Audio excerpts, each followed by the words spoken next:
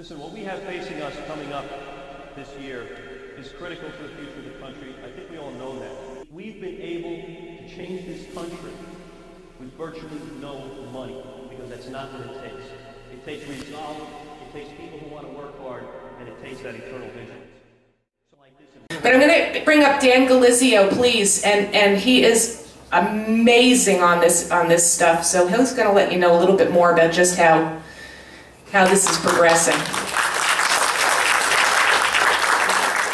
Thank you very much for the kind introduction. I have 3 children, and I'm sure all 3 of them would strongly disagree with the characterization of me. But let me tell you a little bit. I'm a planner. I've been a planner for 27 years. I've worked at the town of Islip. I've worked at the town of Brookhaven. I've worked in Nassau County. I've worked at Suffolk County. So I've been doing planning a lot. He keeps waving at me. I have to stand in front of the camera. But let me tell you a couple things. That the issues that you're dealing with Ronkonkoma Hub, they're not unique to Ronkonkoma. These issues, these high-density projects, this demand for additional growth is common to all of Long Island, and it's not a partisan issue either. This isn't a Republican issue or a Democratic issue or a conservative issue. This is common ground for all local communities and for all governments, unfortunately, right now. And it's quite honestly, I think it's driven by a demand to raise as much campaign money as possible. And the ones in a town like Brookhaven that are raising it, the groups that are providing it the most are development groups, and that's what's driving policy. But it's not unique to Brookhaven. In Mineola, the former current senator, under his tenure as mayor, approved a 9-story residential tower on Old Country Road in Mineola. Heartland Town Square, which was mentioned in the town of Islip, the northwest corner of the town of Islip, it's 460 acres. It's zoned for 1-acre single-family homes when the developer purchased it from New York State. 1-acre single-family homes on 460 acres. That would entitle him, as of right, based upon the zoning, when he purchased the property, to 400 houses. What he's seeking instead is 9,130 housing units, along with 4 million square feet of office space and 1 million square feet of retail space. To put that in perspective for you, it's the equivalent of 2.5 times the Empire State Building on that site. It's at a density of approximately 199 units to the acre versus 1 unit to the acre. And to tell you how important it is and how much money drives these processes, shortly after the developer took title to the property, the Suffolk County Legislature changed its fee schedules for projects connecting to the Southwest Sewer District. And what they said was, if you're a mixed-use project, meaning you're going to have residential and commercial, and you're going to have workforce housing or housing that's at 120% of median income, they don't call it affordable anymore, they call it workforce. But if you're going to be a mixed-use project, it involves at least 10 acres and a former state facility, and it's going to be contain workforce housing, you're entitled to a 50% reduction on your fee to connect to the sewer district, and a 50% reduction to the amount of flow that they will estimate, which determines your fee. What that means is that this particular development received a 75% reduction on their fee to connect to the Southwest Sewer District. Anybody have any guesses what that fee is? $1 million. Million? It would have been, under the old standards, $36 million. So that meant for the $20 million that he spent purchasing the property, a couple of months later he received a $27 million write-off on his connection to the Southwest Sewer District. At a time when the county is spending hundreds of millions of dollars to upgrade that sewer plant. That's one project. And by the way, 2 former legislators are currently consulting for the developer on that project. But it doesn't stop there. Ronkonkoma Hub is a project of 1,450 acres, 1,450 units, on 50 acres. But it also involves a couple 100,000 square foot of commercial space. So what that means is a density approaching 40 units to the acre. Well, what does that mean, 40 units to the acre? Is that common for Suffolk County? Is it common for Nassau County? Well, let's talk data. I'm a big fan of data. 90% of the population in Suffolk County is in the 5 western towns. It's about 1.5 million people, with 90% of that in the 5 West End towns. The average density in the town of Brookhaven is 2.8 units to the acre. 2.8. Ronkonkoma Hub is seeking 40 units to the acre. Islip is about 3.8 units to the acre. Heartland Town Square is seeking 199 units to the acre. Riverhead, which is much less dense than towns in western Suffolk, at the eastern end of the North Fork, they recently approved a project called Summerwind. And this project was lauded by the state, by the county. The county gave it funding, which I'll talk about in a minute. But ultimately what the town approved on the site was 52 units and a full floor of retail and restaurant space on 1/3 of an acre. So what that means, not even accounting for the restaurant and retail space on the first floor, the town approved 4 additional stories of residential space at a density, that means 52 units on 1/3 of an acre is 155 units to the acre in Riverhead, which is less than 2 units per acre on average. It's also on the Peconic River with no parking on the site. So the only parking that will be provided is on the municipal parking lot. So they gave him, in addition to the 155 units to the acre and the full floor of retail and restaurant space, they also gave him 100% parking relaxation. And then the county said, because you're going to build workforce housing, we're also going to provide additional grant monies, taxpayer dollars, to subsidize the cost of the acquisition of the property. And what the county did was appraise the property based upon what it would be worth after the development was constructed. The 5-story development. What that did was the county then awarded him $1.97 million for the 1/3 of an acre. That's $6 million an acre for property in downtown Riverhead, and I'm pretty sure that's probably one of the highest sales, if not the highest sale that's ever occurred in the town. Then in addition to that, the county said, you know what, we'll pay for the cost of the acquisition of the land, but we also think you need additional money to cover the infrastructure costs, connection to the sewer district, drainage and grading improvements. So we're going to give you another $313,000 grant. And then Keyspan said, you know what, on top of that, we're going to give you a $25,000 grant to connect your utilities. And if that wasn't enough, then the town said, you know what, because you're doing such a wonderful job and you're doing workforce housing for us, we're going to give you a 10-year 100% tax abatement also. And then they also waived the sales tax on the construction materials. And then after all that, the developer said, you know what, I was promised more on the cost of the acquisition of the property. True story, and he said it in the paper, so just check one of the East End papers. He said, I was promised more money. I can't build this project for what you're providing me. So what I'm going to do now is, instead of building a 5-story building, I'm going to build a 4-story building, and I'm going to decrease the size of my units to cut my costs. But in order to do that, I need you to amend your code. So instead of having a minimum square footage for a unit of about 900 square foot, I need you to reduce that to 360 square foot. For my smallest units, they won't all be that size, but some of the studio apartments will be as low as 360 square foot. And the town said, done. We'll make the code amendment. And that was done. So when you're looking at this development issue, whether it's Ronkonkoma or it's Riverhead or it's Islip or it's Nassau County, these are common issues everywhere. And the reason being is developers are running out of land.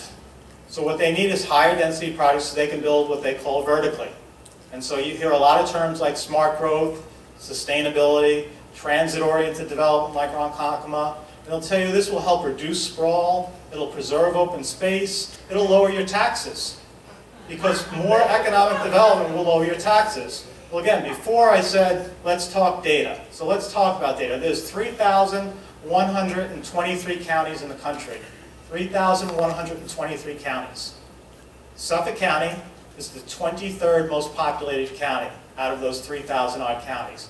The 23rd most populated. So maybe you'll say, well, Dan, county's a big county. That's just, we're a lot of people because we're a large area. But we're not that dense. Well, we're the 81st most dense county in the country.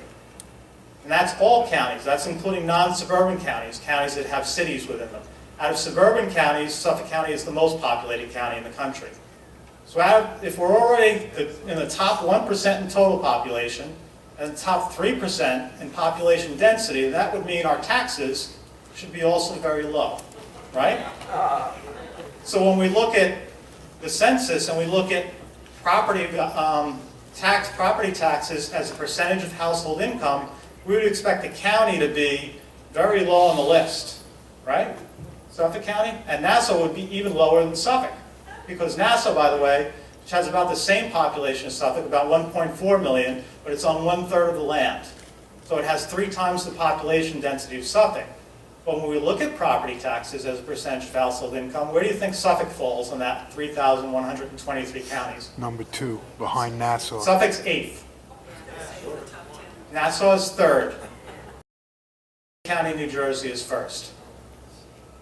So my simple question, again, I listen to people, I always take someone at their word. You tell me that economic development will help lower my taxes. Well, if that hasn't worked in 60 years since the end of World War II, what should lead me to believe that a little more economic development is going to somehow miraculously lower my taxes? And if it hasn't worked in Nassau County, which is already 3 times the population density of Suffolk, why do I think it's going to work in Suffolk? Why is it that we have Nassau County looking to sell its sewer infrastructure because they can't afford it? It's too costly to maintain, it's too costly to upgrade. So the best thing for the taxpayers of Nassau County is to sell it to an organization on Wall Street that will sell it to a third party. That's what Nassau County residents are being told. But in Suffolk County, we have the county executive saying, we need a multi-billion-dollar expansion of the public sewer infrastructure because that will help lower taxes by stimulating economic development and growth. They can't both be right. They could both be wrong, but I don't think they're both right. So my only concern, right now I'm the executive director of a not-for-profit called Community Planning Center. We're working with local community groups. We're nonpartisan, we're apolitical, we care about quality of life, and we want to work in partnership with community members so that they have more of a say in what goes on in local communities, because what goes on in town hall, what goes on at the county, goes a long way to determining your quality of life. And we think decisions that are made at local government and at county government ought to be made in your best interests. And one of the things I try to tell groups when I'm talking to them is right now there's a whole host of appointed boards that oversee a lot of the quality of life issues that go on in your communities, and you don't have much of a say in that. We talked about the Ronkonkoma Hub before. The Long Island Regional Economic Development Council, which was appointed by the governor, has 23 members to it. Out of those 23 members, there's 1 government member, which is the lieutenant governor, and then the rest are business groups and private interests. Out of those 23 members, not 1 civic member, not 1 resident. And if you look at the Long Island Regional Planning Council, if you look at the Suffolk County Planning Commission, if you look at the Suffolk County Sewer Task Force, if you look at what's called the Carmens River Watershed Protection and Management Group Study Group, which is in the town of Brookhaven, there's 81 appointed members to those various boards that are overseeing thousands of units of housing, millions of square feet of additional development, and there's not 1 civic representative out of those 81 appointees, not 1. One of the comments that was made before is you need to be engaged, and unfortunately the people that are here tonight are mostly the people that are already engaged. But one of the things that always occurs to me when I look at a place like Suffolk County, 1.5 million residents. Both auditoriums in Suffolk County are smaller than this auditorium. So if they really wanted to hear from you, if they really wanted to see you, and you could watch their deliberations, you would think that there would be a little bit more space than a couple hundred people, either in the Hauppauge legislative chambers or in the Riverhead legislative chambers. But you need to participate, and we need to get more people participating. One of the things that I always talk to people about in the town of Brookhaven is the population of 490,000 residents. If just 2% of the households, 2%, agreed to come to 2 meetings a year, that would mean 300 to 400 people at every town board meeting 26 times a year. And I guarantee you they would listen to you if they knew that was going to happen every time they showed up. And that would help balance the scales. I can tell you this, you will never have the amount of money, the amount of access, the resources, the experts at your disposal, or the time that special interests have to influence policy. But if just a small percentage of you agree to participate in a small way, a couple meetings a year, 1 American Idol give up 1 movie night, give up 1, so you think you can dance, I don't care what the show is, 1 night out, show up at town hall, pick an issue, pick something in your community. Just a couple times a year makes a big difference from just a small percentage of the people. If anybody has any questions, I'll stick around a little bit, or, yes, sir. Yeah, one of the things that I noticed in my neighborhood in Nassau County, maybe 6, 7 years ago, anytime you wanted to do anything on your property, if you wanted to do any kind of improvements and all. You had to go to the town court, you had to get variance permits, and a lot of times you got shot down. Now I notice that they're building castles, barns, and everything else that are overbuilding the size of the property. But now all of a sudden it seems to be okay. What I'm thinking is it's all about more revenue for the town governments. Well, I think there's this conception in many elected officials' minds that more growth means lower taxes. It hasn't proven to be correct here. So I think it's one of those things, and I use this, maybe this is a bad example, and I apologize, I don't mean to offend anybody, but to me it's a little bit like a Ponzi scheme. And that the more victims you have moving into the area, there's a lag between the time somebody moves in and the cost of the services associated with that additional population. So I think it's more, as long as they keep additional people moving into the region, there's a certain ability to stay ahead of the curve. But I think what we've seen now in Nassau and Suffolk counties as our growth has slowed. Again, in 1950, we grew like crazy. In Suffolk County, there was 222,000 people in 1950. In 1960, that was over 600,000. In 1970, that was over 1 million, 1.1 million. So that's the type of growth that exploded, and it left us with a very homogeneous population. We're all kind of homogeneous in terms of age. That's affecting our schools because we have, these baby boomers that are aging through our school systems, and it's putting a strain on a lot of our resources. I think just instinctively, most elected officials think the only way to get beyond that is to bring more people in, bring more business in, and somehow keep paying. It doesn't seem to me to be working, not logically. Yes, ma'am.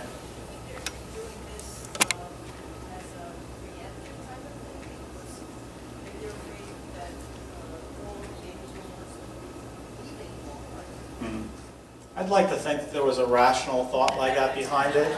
I think it's more related to the desperate need to raise campaign funds.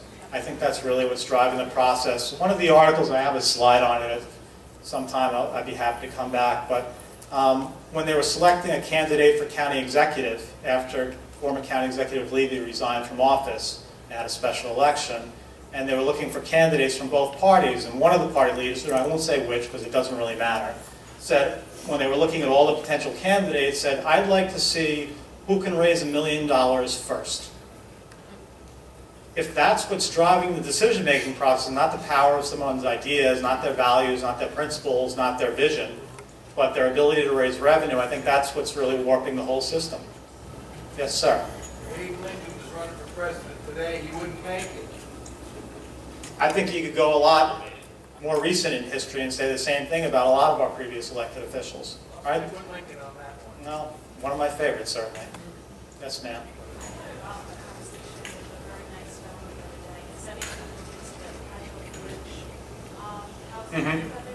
Right.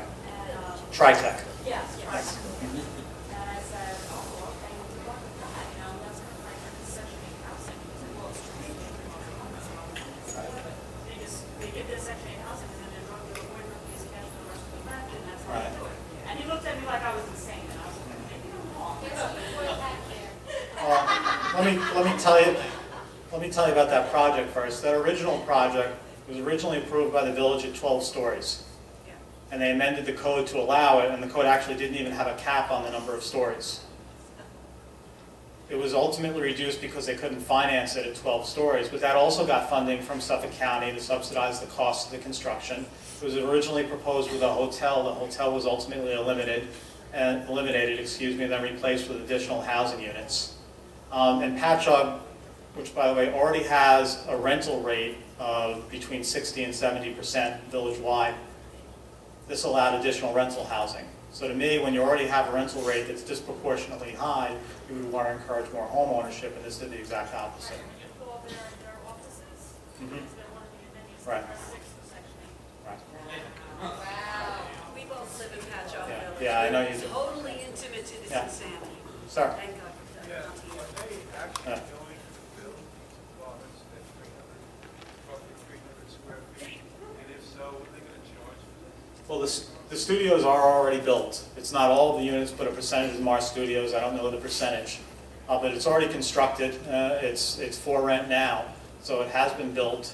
The rents are guided by HUD standards. And the HUD standard is based upon median income in the bi-county region, meaning in Nassau and Suffolk counties combined.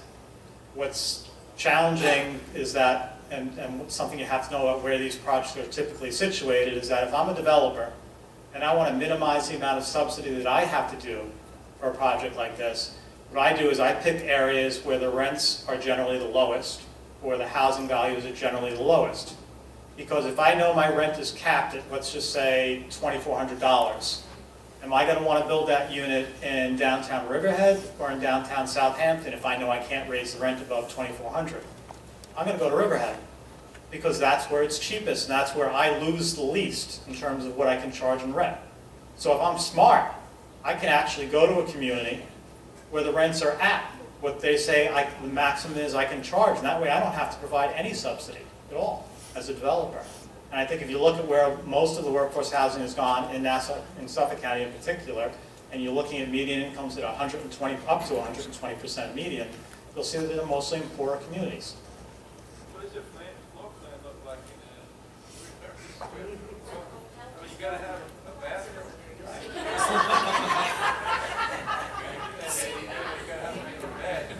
It's going to be small. It's going to be small. Sir? I'm sorry.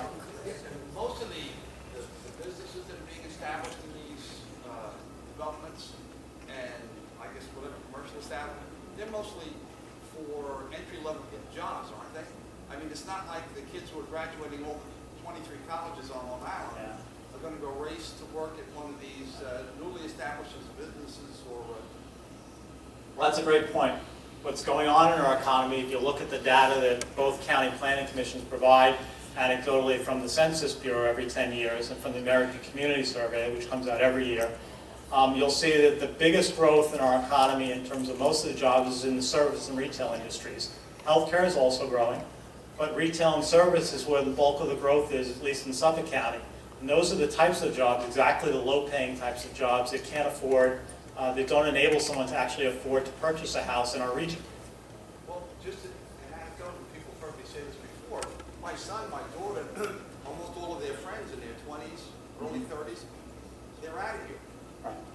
Either going into the city or down south, Texas, and so on and so forth, because that's where the money is. That's where they can really get a start on it. Well, one of the things you hear a lot about in terms of young people, and you've heard this a lot in the paper, I'm sure you've seen it on the news, is we have this mass exodus of our young people, right? Who's heard of that? We have this, all right. And certainly that's true to an extent. It's always been true to an extent also in that we've always lost young people. After they go to college, maybe they like the area around their college, sometimes they come back, sometimes they don't. But the bottom line is we've traditionally lost people. What they don't tell you about with that data is two basic points. Number one, the 10-year cycle following the baby boom cycle. The baby boom cycle is from 1946 to 1964, right? That's that big bulk. I'm the last year of the baby boomers. So that population is aging through our life cycle. The 10 years behind that, the 1970s, roughly 64 to 74, we had in Suffolk County 120,000 fewer births than the decade before. What they don't tell you is that a lot of that percentage of people that are leaving, they claim are leaving, never existed in the first place. They're saying, the 10 years before we had X number in this age cohort. But what they don't tell you is that, well, yes, there's fewer people because some of them left, but there's also fewer people because fewer of them exist. So that's rule number one. The other rule, which I think is very important to recognize, they always tell you, well, they're leaving because it's not exciting enough here, there's not enough housing for them here. But I wonder how many of them are leaving because there's not enough strip commercial centers, or how many are leaving because we have too much open space, or how many are leaving because our water quality is too good, or our air quality is too good. There's 62 counties in New York State. Do you know who has the worst ozone pollution out of all 62 counties? Suffolk. The worst ozone pollution, according to the American Lung Association. You know what county has received 13 failing grades based upon its ozone pollution for the last 13 years? Suffolk. Nassau County doesn't have the same monitors that Suffolk County does, and I'm sure Nassau County is very similar. Now, certainly some of that's because of atmospheric deposition. Some of it's atmospherically driven, but certainly a lot of it's because of the amount of cars that we have, the amount of people we have, and some of the power plants. I live in Huntington. The Northport Power Plant is the second highest polluting plant on the Northeast. The second highest. There are soccer fields that my children play on right at the base of that plant. The Port Jefferson Power Plant is one of the 21 dirtiest in New York State. That's also part of the problem, and certainly the amount of people. And what they'll tell you with something like Ronkonkoma Hub is that this is transit-oriented development. We're doing high-density development near the train station. It will reduce traffic. It will stop sprawl. But what they don't tell you about, yes, if you locate one housing unit near the train station, it's going to produce fewer vehicle trips than one housing unit in the middle of nowhere. They're absolutely right about that. But when they're developing the Ronkonkoma Hub, they're not doing a one-for-one switch. Instead of 1 unit per acre or 2 units per acre, you're going to get 40 units per acre. When you're talking about 40 units per acre, you're not reducing the amount of traffic, even when you account for the number of trips that are absorbed through the public transit system. And by the way, the average in Suffolk County for units that are close to a transit hub, you know what the percentage is of trips that are absorbed by actually public transit? It's between 3 and 7%. So if we're increasing development by 40 times, and we're only capturing, say, 5% of the trips, are we really going to reduce traffic? I can guarantee you can go to the Ronkonkoma Hub meeting and say, show me a study of a transit-oriented development where there was an increase in density or reduced trip traffic, and see what they say. See if you get a copy of the study. What they'll tell you is that on a per unit basis, it reduces traffic. But it's not the same number of units. Instead of getting 40 units, you're going to get 1,450 units. That's a big change. That affects your air quality. If you're already in a failure condition in terms of the Clean Air Act, which you are, by the way, in Suffolk County, you're in a non-attainment zone, and you already have the worst ozone pollution in the state, how much more is it before it's too much? Anyone else? Sorry, I talked a lot. Hello? If they can't fill these apartments, Right. whether they can, and also, is there a requirement for number or percentage of section 8? Well, the project hasn't been approved yet. That's number one, so it's important to keep that in mind. So what conditions are going to be associated with approval, I don't know yet. I'm not going to speculate on that until I know more and I see what they're actually proposing. But I will tell you this, that even though the project doesn't have zoning to allow for what they want to do, and the town board hasn't even had a public hearing on the actual application, that Long Island Regional Economic Development Council, those appointees from the governor, they already awarded the project a $5 million grant to design the sewer system. They don't have an approval, but they got $5 million from an appointed board of your taxpayer dollars before it's even approved. Thanks very much for your time.